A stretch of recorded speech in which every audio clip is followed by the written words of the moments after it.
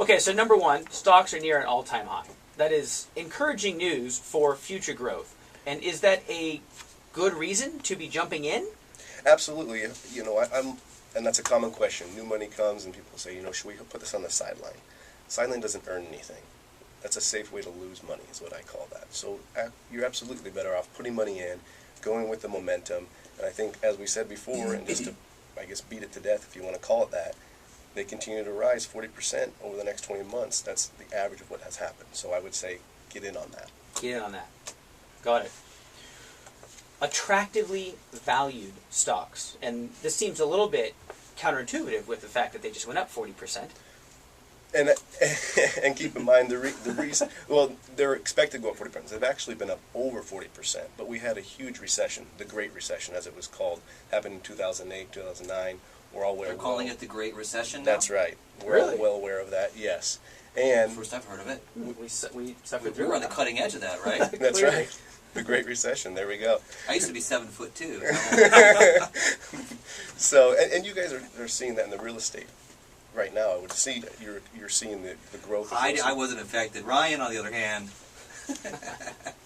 We No, of course. we see the growth for sure coming out of that. Things are certainly looking up. There's been a slight slowdown in the real estate world with the bump in interest rates. Football starting up always causes a problem. Daylight savings time is certainly going to slow things down as well. Right. But and kids back to school. That's also going to slow the real estate market a little bit. But none of those factors really play into the stock market. Yes and no. Okay. There's consumer sentiment that plays into that. Oh yeah, big time. So as you see the rising interest rates, people now think, oh, I shouldn't get in, and then they start to hold their money. So there is some of that does play in. However, getting out of summer usually helps the stock market. People tend to be on vacation.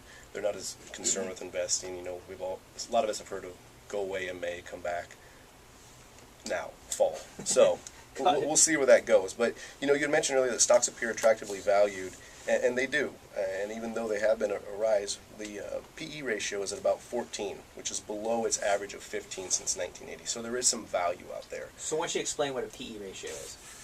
Price to 12 months forward earnings is basically what that is. So they're looking at the price of it based off its 12 months forward earnings, and they come up with a ratio.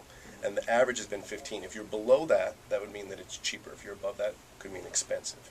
Got it. Now, it's not as cheap as it has been. We were down to 11. It's risen since then, but we still feel there's room for growth.